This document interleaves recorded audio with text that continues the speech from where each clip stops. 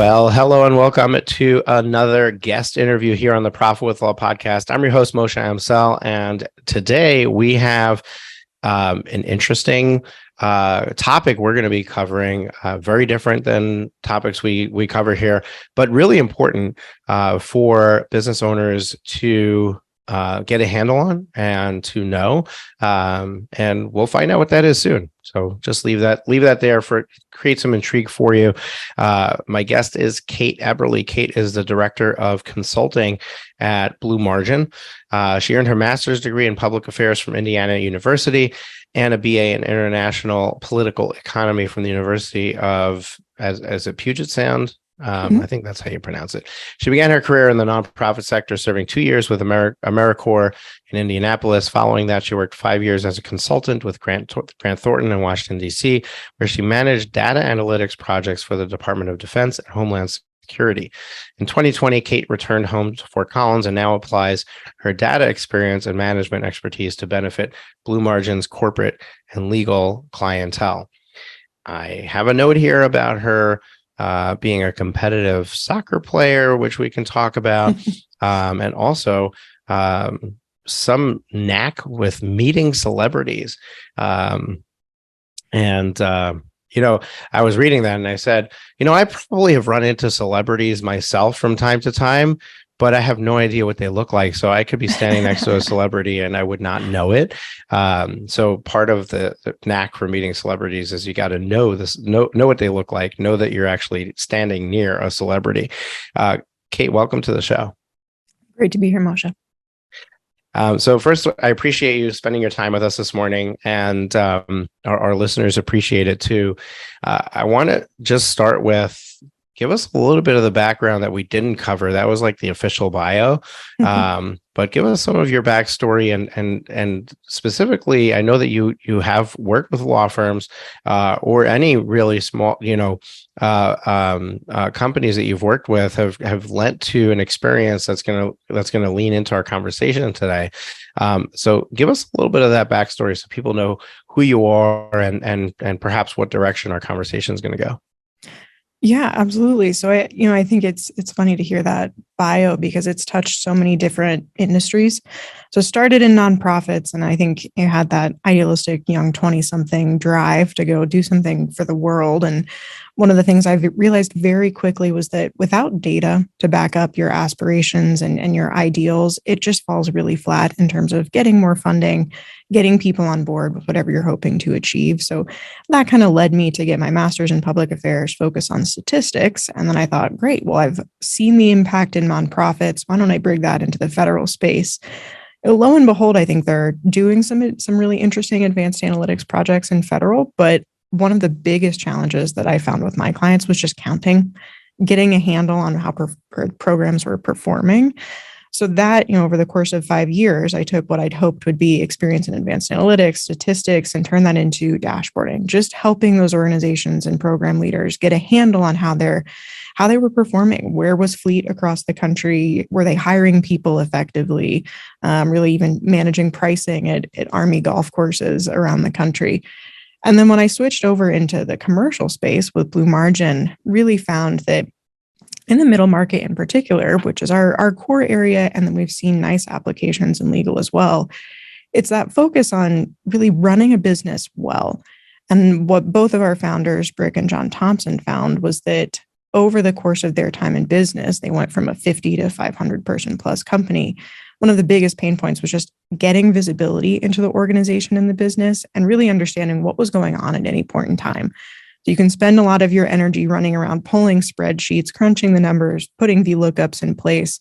But there's so many better ways to do that take a relatively light lift that we've seen work really nicely in legal, because at the end of the day, it's a business. And if you can't see how your billable's performing, you're actually collecting in terms of what you've got in AR, you're going to just be kind of driving the ship blind. And that's pretty painful for everyone. Now, I'm a big proponent of numbers. My background is accounting. I work with law firm owners every day. And I mean, the big focus of what I do with them is really understanding, what's going on in your business and having a plan of where you want to go and how you want to get there. I think that a lot of our listeners understand the idea of KPIs, right? And like, okay, I need to know what my key performance indicators are, and I need to have a way of measuring them. But I think that a lot of people struggle around what is that KPI? What, how do I know what I need to know? So when you approach a company with a data analytics perspective, how do you help them determine what are the driving factors? I'll give you an example. So with a typical estate planning attorney, the attorney probably spends 2 hours per client, and the rest is all done by paralegal staff, right?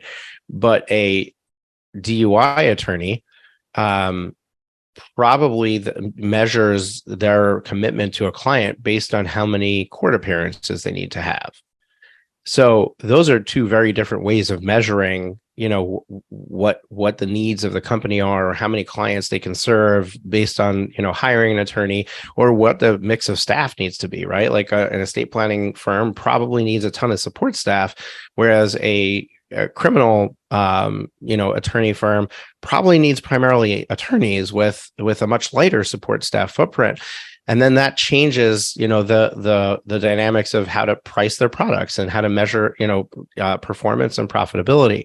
So even within the nuances of going from one business to the next within legal, the different business models, there's so many nuances. So is there anything that you can share that you do when you approach a new client to understand their business and to help them figure out what are the data points that are important to be looking at? Yeah, I think there's a couple common starting points, and we've seen this with most of our legal clients. Starting out of the gates, timekeeper productivity. So just getting a handle, where are my billable hours coming from? Your example was great. If you're in real estate, you're getting those 2 hours per client. Let's track that, get a benchmark, see how we're performing over time. You're a DUI attorney. If you're tracking those court appearances, that's another good indicator of productivity and what you're actually delivering and using to generate value. I think a couple other starting points, and I alluded to the AR piece already, is, are we collecting in a timely manner? I think most firms have that period towards the end of the fiscal year, calendar year, when you're really trying to pull as much in as possible. You're on the phones constantly, just really trying to grab as much as you can before the end of the year, getting the team the visibility they need to try and pull that up a little bit so it's not so chaotic towards the end of the year. And then I think the other core area that often we see kind of fall off the radar is just, how are we doing in terms of developing new business? Whether that's marketing, if you're advertising, are we getting return on that advertising spend? Or if we have a certain responsibility among the partners, who's pulling in the most clients? Do we know who's generating the most in terms of matter flow? So I think if you start with those three areas, are we bringing in enough business? Are we billing enough business and actually pulling in revenue? And are we collecting on that revenue? That's a great starting point. And then to your point, each of those is subspecialties. You start to see that nuance creep in terms of how you're performing operationally. That's where I think, some of the work I suspect you do from a strategic perspective really start to break that down. Okay, are we trying to increase or more efficiently get attorneys to court, or increase the number of appearances that they can surface over time? I think that's where you really start to pull through and say, okay, are we tracking activities or outputs to try and get a wrangle on that measure? Are we tracking intermediate outcomes? So does that mean, in manufacturing, for example, what's the throughput of this process look like? Or are we getting to true outcomes, which is, are we hitting our overall revenue numbers? So I'd say starting with some of those core business foundations, and then starting to customize and turn the dials a bit on what's unique to our firm and our particular practice area. Yeah, I like the way that you broke that down. And like if we look into, for example, one of the things that many of our listeners are going to be very attuned to is getting new clients, right? So you said, like one of the things you want to look at is measuring that flow of new clients, and whether it's measuring your marketing. And one of the things we talk about a lot here on the podcast is there's a lot more to getting new clients than getting the leads to come in the door. It's like, what do you do with the leads once they come in, and how good are you at how effectively are you converting them from a lead to a prospect, from a prospect to a client? And there's indicators along the way that you can measure to try to track that, and to also figure out where to focus your effort and energy to make a difference in the results. Often there's plenty of leads coming through the door, but you have a crappy process of getting somebody from there to a client. And if we worked on that, that could make a huge difference in the entire business. What I find with clients that I work with directly is there's no easy way that they have of tracking those metrics and extracting them and making any sort of business decision from them, other than having somebody manually compile them in a spreadsheet and looking at them. And I know that that's what you guys do is really, streamlining the data and how, having software do the heavy lifting. So for somebody who's in the smaller end of the market space, is there a better solution? Like, is there like what are some tips or ideas that they can do if they're doing this manually to perhaps use technology that is available to them to streamline this process once they've identified what are the important things for us to monitor? Yeah, it's a great question. And I think about smaller firms, and we've even encountered 100 million plus manufacturing distributing companies that are using Excel as their CRM pipeline management tool. So anything is possible. I'd say, if you're starting and you are manually tracking in Excel, that's fantastic. That is a great starting point. The key there is the discipline and the diligence around how you're using that tool to support your process. You could spend all of the money in the world on a Salesforce implementation, and if your team isn't using it consistently and you don't have the process discipline, it's all going to break apart. So, I think about just pipeline management. When was the last contact with this particular target? What does your conversion look like? Are different folks converting at different rates? What's our next step? Some of those basic sales management pieces. That's where you look at the tools to really, I think, complement what you're doing from a technical or from a process perspective.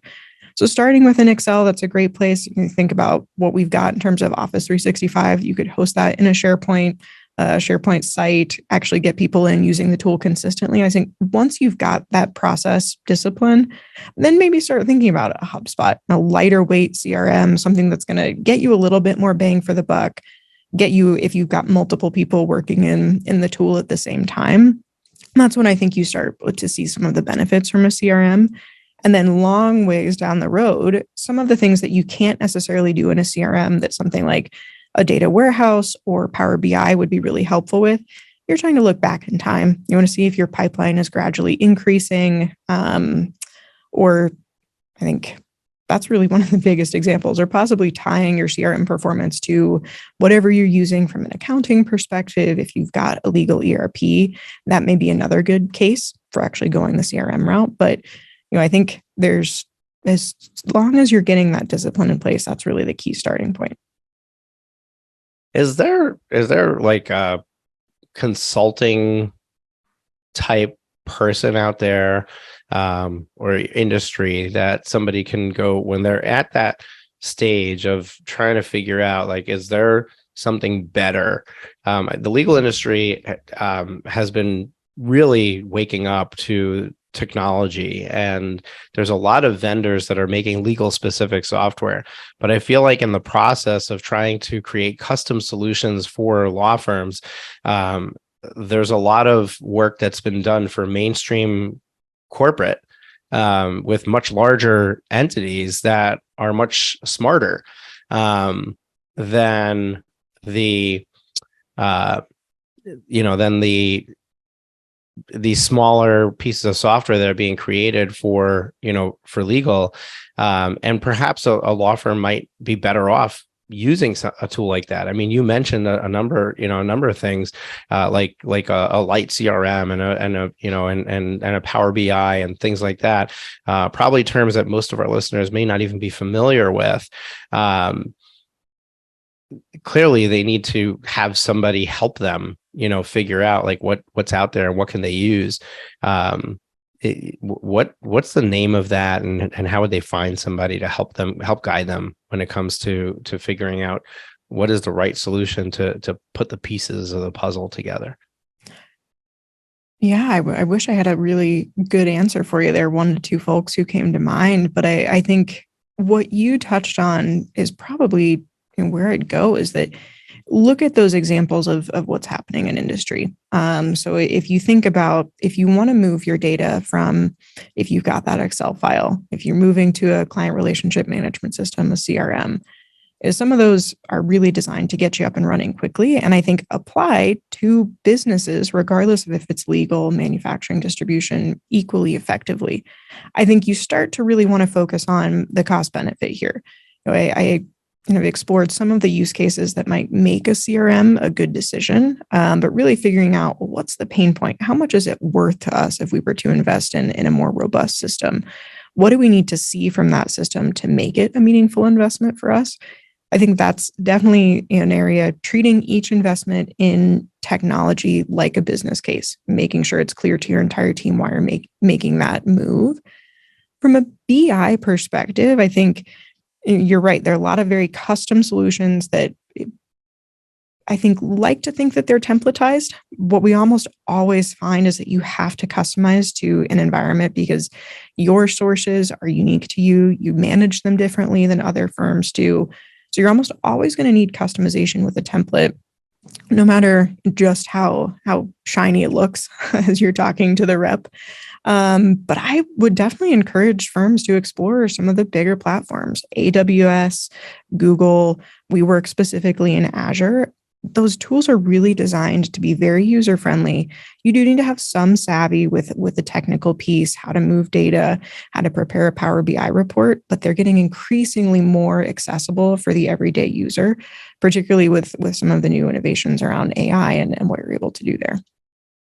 Yeah, that's the thing where I think that legal tech still is, they don't have the open API connections, as well formed as many of these other platforms. So that's the difference between going with a product like Lawmatics or Clio Grow for your CRM, which is very specific to law firms when it comes to the front end, of how you experience it on your user side, but and not needing to customize it nearly as much as you might need for taking something right out of the box like a HubSpot or Zoho or one of those smaller, or even Salesforce CRM products. But then when it comes to getting stuff out of it, the reporting is crap. And they don't have those connections established. So you can't just like plug in a Power BI and get data extracted from that product, which kind of leaves you in the lurch. So it's one of those things that when you're implementing a CRM, you're often not thinking about the business intelligence because you're too small for that, because you're just implementing the CRM. But then when you've grown to the point where business intelligence is really something that needs to be a focus, suddenly you realize the limitations of the product that you're on.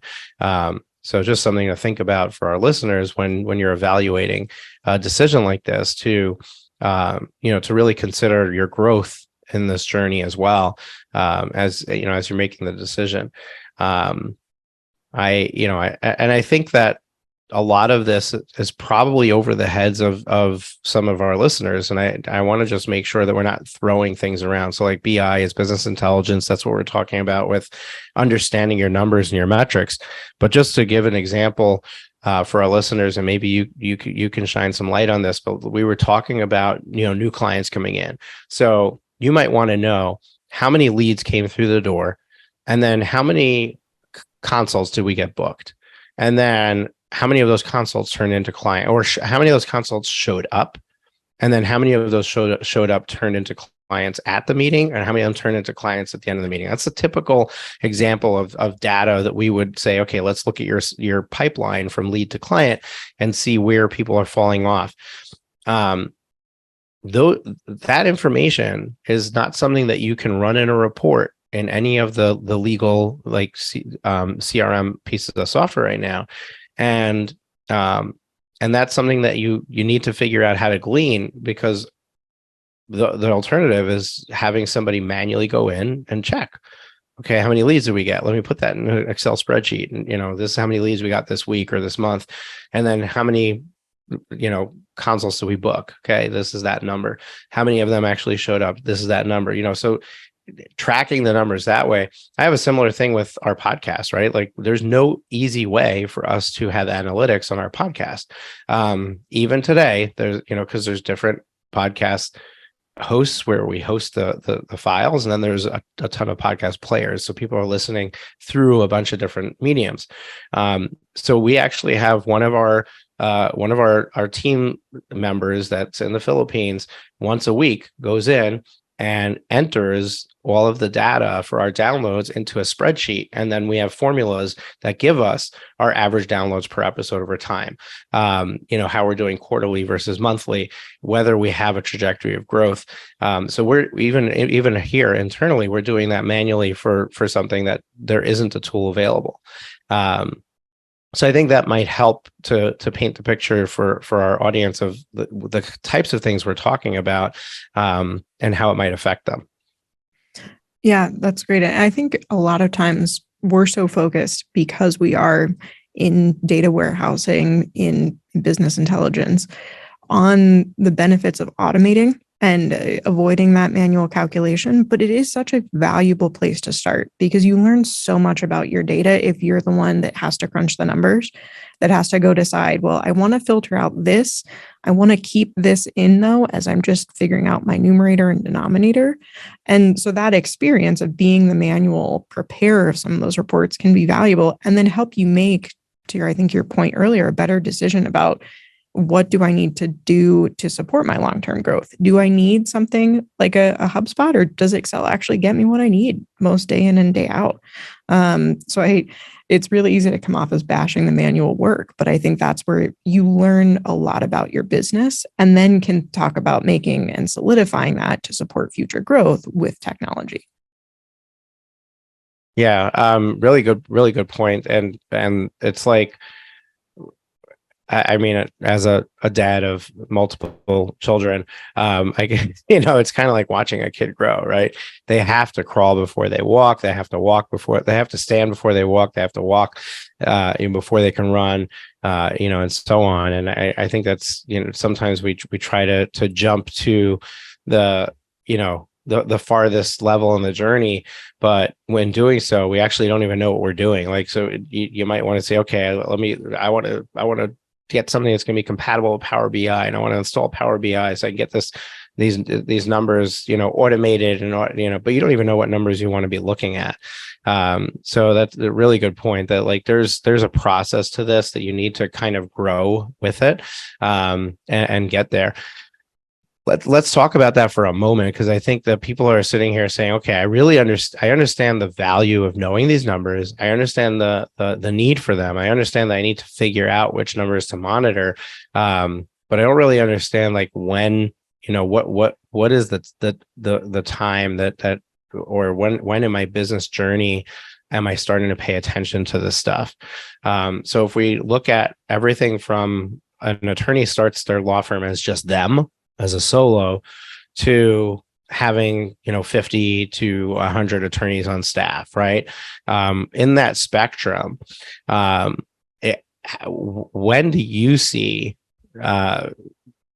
clients starting to, or the market in general, people starting to implement these various solutions? Like when does a company start to mature enough to realize, okay, I need to have some sort of business intelligence solution in place?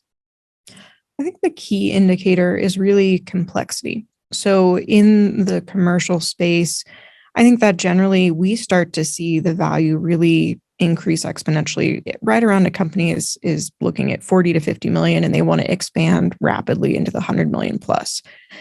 I think it's nice to translate that in terms of full-time employees. So probably as you start approaching 40 employees plus, you've got enough going on. You have multiple departments. You're probably starting to think about an HR team, an IT, some sort of IT support, whether or not that's in-house or you've outsourced it. And then you've got, of course, the attorneys, your operating team delivering value, and then your leadership to some degree. So as you start to add different departments, add complexity, that's where I think you start to see BI really pay off. It's no longer a matter of, well, I'll just run down the hall and ask Bob what's going on today. That becomes too hard. Your day is packed full of meetings. You need something where you can go to really quickly and just get a gauge on your performance, why they're called dashboards. So I think as you're on that growth path, as you start to see multiple departments evolve, as you start to see maybe a couple different practice groups or specialty areas, as the complexity increases, that's where you see the value of automating, eliminating that manual lift, because you also start to see a proliferation of different versions of the truth. Somebody's calculating it different one way, and you go to a different team member and say, well, what does our performance look like this month? And you get two different answers. That's going to be pretty tough to square as you try and figure out, well, what do I need to do as the leader to get us to our strategic goals this year? Yeah, very interesting stuff. And I do think that there's, for the bulk of our listeners, they're really not at that stage, So I think if we pull it back to what we covered up until now, the primary focus that you want to have is on gathering this information manually to begin with, and just having a place where you track it. So really getting good at understanding how to use Excel and its functionality is probably where you should spend your effort. Really you should spend your effort on figuring out what those key indicators are, like what are the things I should be monitoring. But as you're figuring that out and you're learning that you need to monitor them, just getting a handle on how to use a tool like Excel effectively to be able to report on that information. Because the process you highlighted earlier, which really I'll just lean into that for a moment, is having a process that that your team is going to stick to and buy into, or that you have oversight to make sure it's happening, is the data entry, right? Like just putting the inputs in so that you have the visibility you need to be able to make business decisions. There's no worse thing that could be done than saying you're tracking the data and then making a decision based on the data, and the data is not complete. So really want to make sure that that's in place. So the process of how that's going to be documented is in place, and then getting really familiar with the power of the tool at your disposal to be able to extrapolate that information into something meaningful, like just understanding how to do basic, formulas that are going to show you a percentage of conversion from one step to the next, being able to turn that into graphical displays that you can look at, because Excel can do that, can turn your data into a graph so that you can see change over time. Which is really important to see if your goal is to improve something and it's not improving. It's harder to see that when you're looking at numbers. A lot easier to see that when you're looking at a graphical interface. When it comes to this, Kate, is there anything that you would add to my comments about tracking the data? Understanding how to explore it and use it. I completely agree with your take there. I think what's most important is that you get started. It's really easy to overcomplicate this. You're working in Excel, there are formulas in there. Just start tracking the data and start taking different slices of it, figuring out what's important to you. I think it really avoid that temptation to be perfect out of the gates, because you're going to learn a lot and change and evolve, and you want to give yourself that space. Try setting your strategic goal for a quarter, meeting with whoever's been tracking that information for a quarter at the end and saying, how did we do? Were we completely off base with our targets? Were we tracking really well? Did we blow them out of the water? Because I think what we haven't maybe talked about is that comparison between why you're tracking the data. It's to make sure you're veering in the right direction towards your targets. So I think just starting to get that muscle memory in place around how do we build an organization focused on performance, get pen to paper, start tracking in Excel, to your point, put some of those charts together and just see where that takes you in a quarter or two. Yeah, and I also think that the metrics that you need to track are highly related to the specific things that you're trying to work on. So in the early stages, it's almost always new client acquisition, right? Like I need to have a flow of clients that's going to feed my business, feed myself and my personal income. But then from there, when we start to grow, start to add staff, now all of a sudden we need those clients in order to pay for the staff. So, and we need to make sure that the math is working all along. So on the front end, we always need to be tracking the intake of new clients.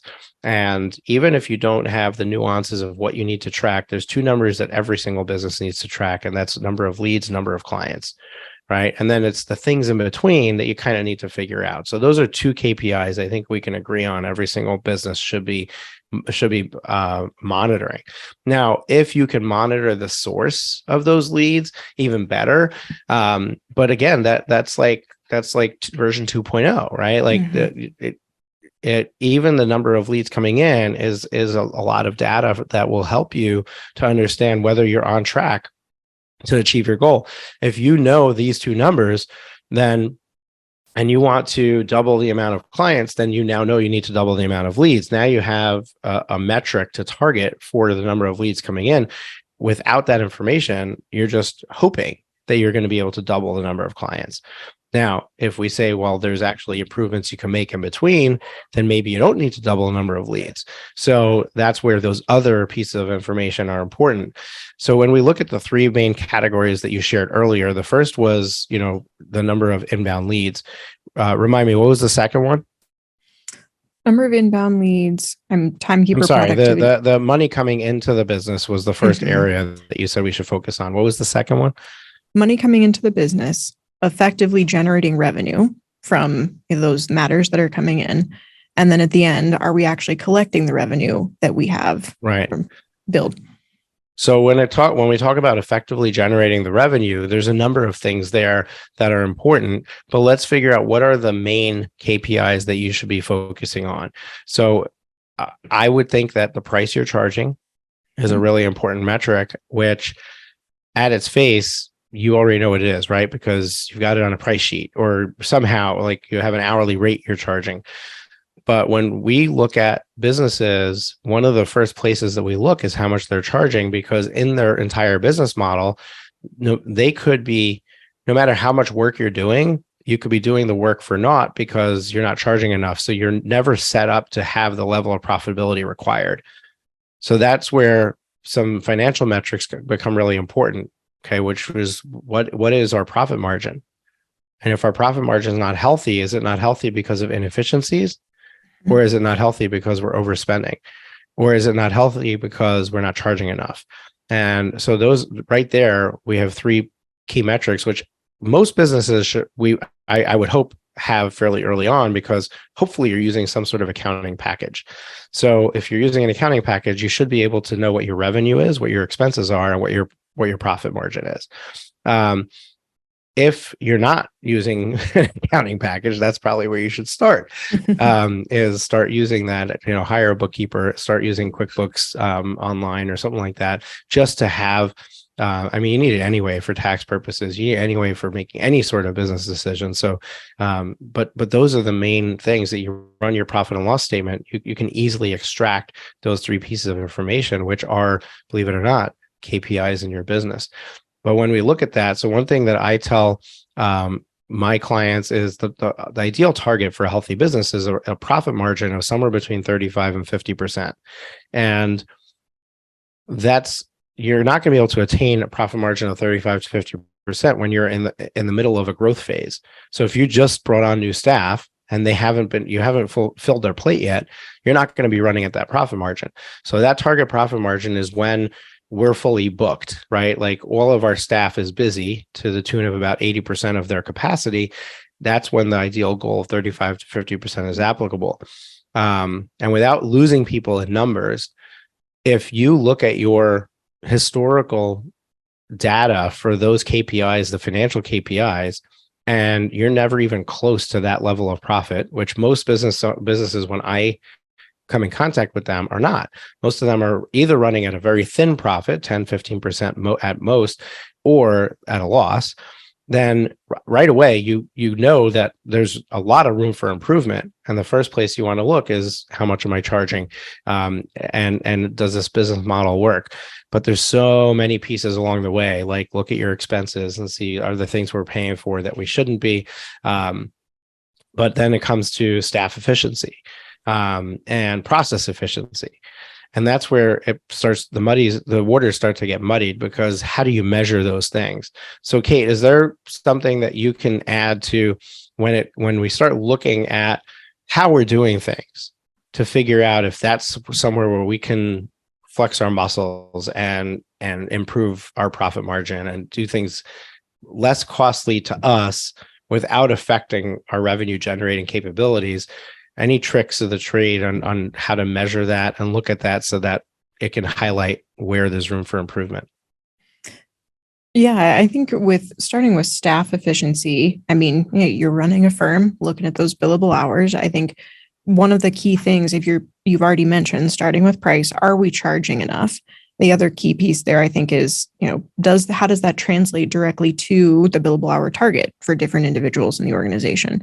Taking a look at that, maybe there's a slight tweak that's going to get you just that extra bit of buffer, or help you allocate what your attorneys or your paralegals more effectively. From a process perspective, I think that's where just starting to measure comes into play. So really just starting to figure out, well, okay, how often do different tasks within the organization take to execute?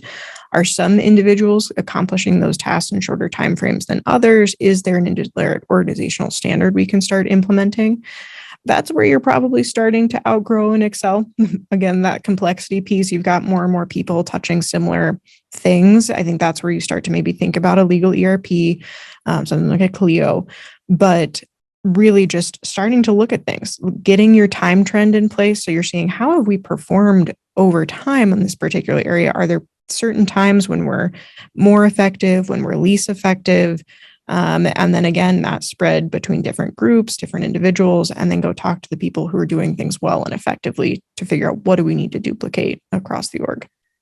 Yeah, and one thing that you said really triggered an idea that I want to highlight, which is one of the key places where law firms are losing revenue or losing income is the gap between billable hours and cash collected. Mm-hmm. And there's a lot of reasons why that gets lost, but here's how it happens in practice. So in practice, the lawyer spends a certain amount of time doing something.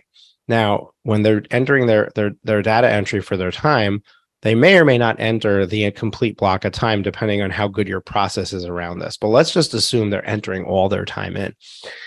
Then somebody goes and does the billing for that. It's either that attorney or it's somebody else, another attorney, who usually the law firm owner, who's looking at that time entry and saying, well, this shouldn't have taken this long.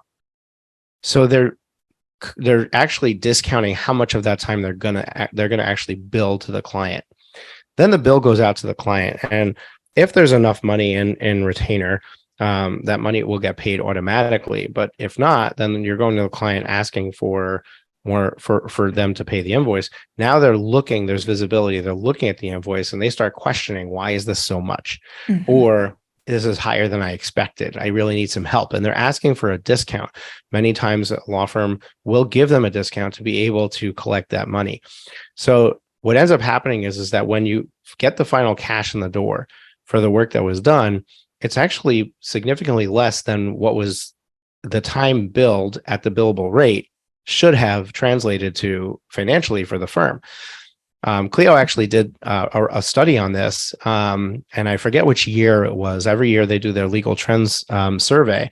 And one year, I think it was 2021, they had a whole write-up on discounting. And they basically talked about the idea that you would actually be better off eliminating all of this discounting process and charging a lower official billable rate on the front end for the same net result, because you'll get more clients, because clients are choosing somebody else over you because they're cheaper. And in effect, you're actually cheaper, but you're not saying that publicly.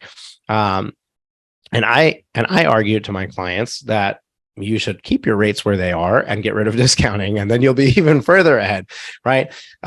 But when we look at it from a KPI perspective, if you can take billable hours recorded times expected revenue times the billable rate and create a expected revenue metric, and then compare that to actual cash collected and do that matter by matter or however, however makes sense for you, that will start to highlight this discrepancy.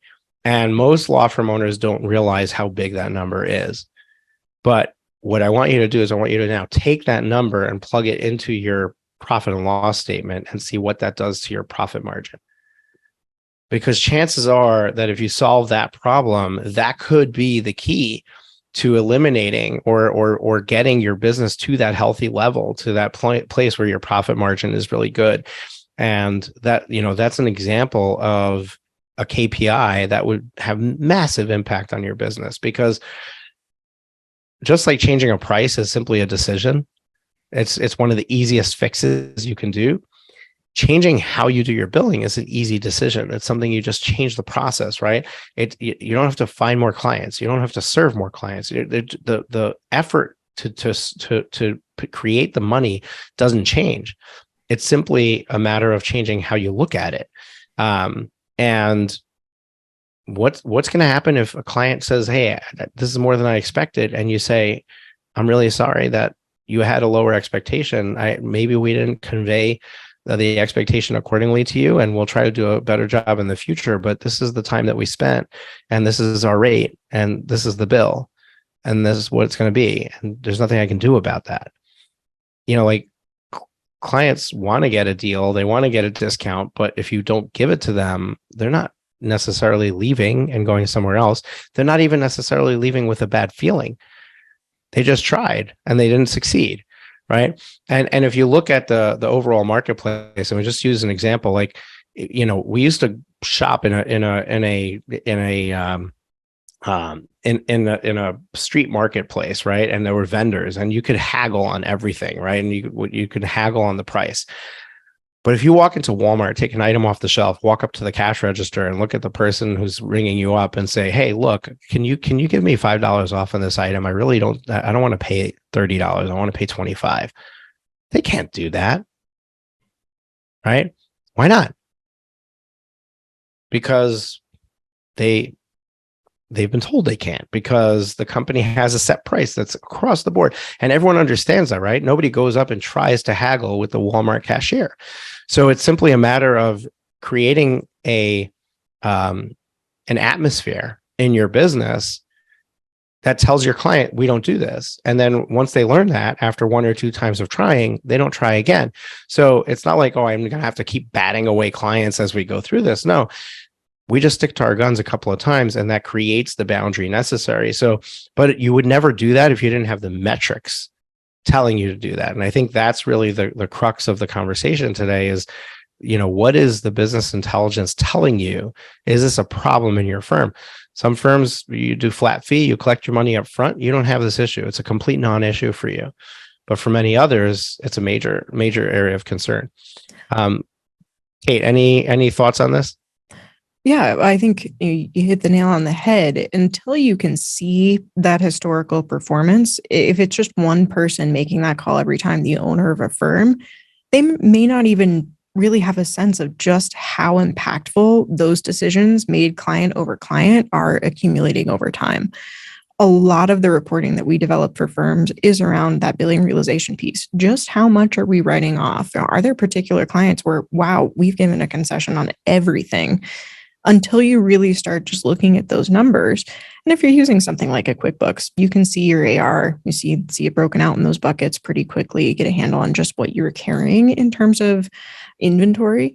But yeah, I think until you start looking at those numbers and KPIs over time, what feels like an in the moment decision, you can't see the impact of that and just how deeply it's cutting into your profitability till you get that discipline. And then you say, okay, like you said, most negotiations, someone's going to start by just asking. And if you build that background and that muscle of saying, no, this is our process, this is our standard. And most people will say, oh, I didn't realize. Now I'm going to back off. And all of a sudden, just a couple slight tweaks by being able to see the data, and you've drastically increased profitability. Yeah. And of course, these are just like a handful of examples of what is possible. I from as a business coach, I may approach these conversations without having the data, just asking you about your process and learning how you operate and recognizing what that will do to your numbers. But you, as a business owner, can discover these things on your own by starting to monitor some of these numbers, by starting to monitor some of these metrics, and really understanding whether a metric is important to you. Some of it's gut instinct, but some of it is just going to be trial. Like, hey, I'm going to start monitoring this. Oh, there's nothing I do changes this number. Okay, I probably don't need to monitor it anymore, and just try to figure out what are the things that are important to you. Kate, this has been a great conversation. We're out of time, so what we do when we close this out, I always ask two things. One, how can somebody learn more about you, get in touch with you, learn about what your company has to offer? What are next steps if they want to continue this conversation? And then the second thing is what is one parting piece of advice, wisdom that you want to leave with our listeners as we close this out? Yeah, so you can find us at www.bootmargin.com. We've got a great little demo that summarizes our legal HQ.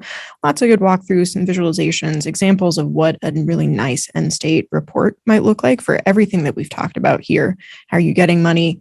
How are you delivering on that money? And then are you collecting what you expect to? So definitely recommend checking that out. I'm on LinkedIn, Kate Eberle. Definitely recommend getting in touch with me if you have any questions. And then your second question was Parting piece of advice or wisdom parting for our piece of listeners. advice. I think I've touched on it a couple of times, but just get started. There's nothing like biting the bullet, actually looking at your data, spending a couple hours when you've got, I hesitate to say downtime. I know none of us has downtime, but getting in and getting your hands dirty. It's just remarkable, but what you can identify if you take that initial leap and just start digging in your data. Yeah, and I'm just going to piggyback on what Kate just shared. Like, it just gets started. Some of you, many of you, are going to be like, "Oh, I don't have time to deal with this," or "This sounds complicated." Choose one metric that's meaningful in your business. Delegate somebody on your staff. And if you don't have a staff member, definitely check out Get Staffed Up. Go to profitwithlaw.com/get staffed up. For less than $2,000 a month, you can have a full-time overseas staffer that really can be impactful in your business. And this could be a great first step for them to be working on for you. But have somebody on your staff compile the information in a spreadsheet, and then just calendar 1 hour once a month to look at the information and then determine whether there's a business decision you need to make based on that information. And then once you do this for one metric, then add a second and then add a third. It's all about creating the process and the routine. A business is not going to grow or improve on its own.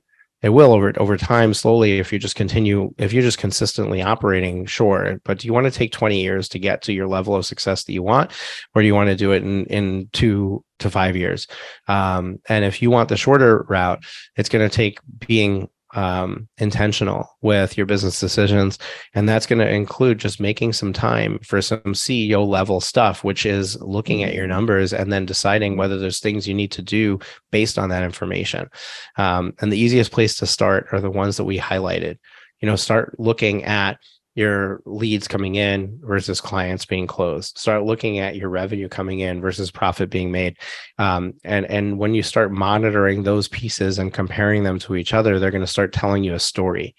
And that story sometimes is, well, it could be frightening, but it also could be very surprising. And you could be surprised to the positive or to the negative, right? Like, oh, we have 100 leads a month coming in and we're converting 5 of them into clients. Well, that's only a 5% conversion on leads coming in. Do I think we could do better than that? Do I think other law firms are doing better than that? Probably, right? So how about we focus on improving that from 5 to 10%? And that's by monitoring it, we now know whether we've improved it or not, right?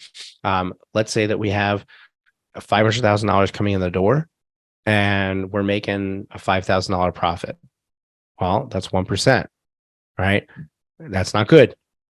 We need to be better than that. So what if we focus for the next quarter on making that 5% or 2%, without making this massive leap to 35 to 50%? What if we did slow improvements over time? Those slow improvements will make a huge difference. I'll share real quick a story and we'll close this out. In the book Atomic Habits, right at the beginning of the book, James Clear shares a story of this UK bicyclist team that hadn't won an event. They competed internationally. They hadn't won an event in years, and they brought in a new coach to kind of get them to finally take a medal. And what the coach did was he looked at the team and he said, "We're going to focus on 1% improvements. We're just going to always look for where is there something that we can do that's going to give us 1%." And what he did was he started looking at everything. Nothing was off the table. He looked at tire inflation and what level of tire inflation is going to be optimal for them riding a bike, and make sure that their tires are always inflated to the right number when they're starting a race. He looked at the aerodynamics of the clothes that they wore, the cleats the sneakers that they wore, and how they clipped into the bike, how they sat on the bicycles, and what position was optimal for wind performance. And they started to implement all of these 1% changes that each one taken by itself is not going to make a difference. But what happened is that collectively, all of these 1% changes ended up creating enough margin for them to be able to now take a gold medal. And they did. They won with those changes. They ended up winning the race. And it's what's really his point in bringing that story out is that he's talking about creating habits, where creating habits is all about just making one small change and committing to it. And that's what we're telling you here is like, just start doing something and start tracking something and start looking at it. And by doing that change and doing it consistently, that's going to be that small change in your business that's needed to start to layer the other changes on top of it. And you'll see that all of a sudden it feels really good to be a business owner, because you start to feel a level of control over your business you never had before. Because without having that data and being able to look at it, you have no idea how you're doing. The only thing you have to look at is my bank account balance. Not a healthy place to be judging your success on. So go do this, implement it, and hopefully the information we shared today is going to be really helpful in getting you to begin this process of really making decisions from an informed place as a business owner. Kate, this has been a great conversation. Thank you for being with us today, folks. We're here every Thursday with a new interview. If you enjoyed this episode, I'm going to ask you two things. Number one, make sure that you're subscribed to our show so that you know the next time we release a new episode. Number two, take a link of this episode, share it with somebody a friend of yours, another law firm owner who can get something out of this. They're going to listen to this. They're going to take a nugget. They're going to take something we say. They're going to run with it. It's going to change their lives. They're going to be forever grateful for you for sharing it with them. Share this episode with somebody you care about. And that's all we can ask of you to do for us. Folks, take care. Enjoy. We'll see you next week.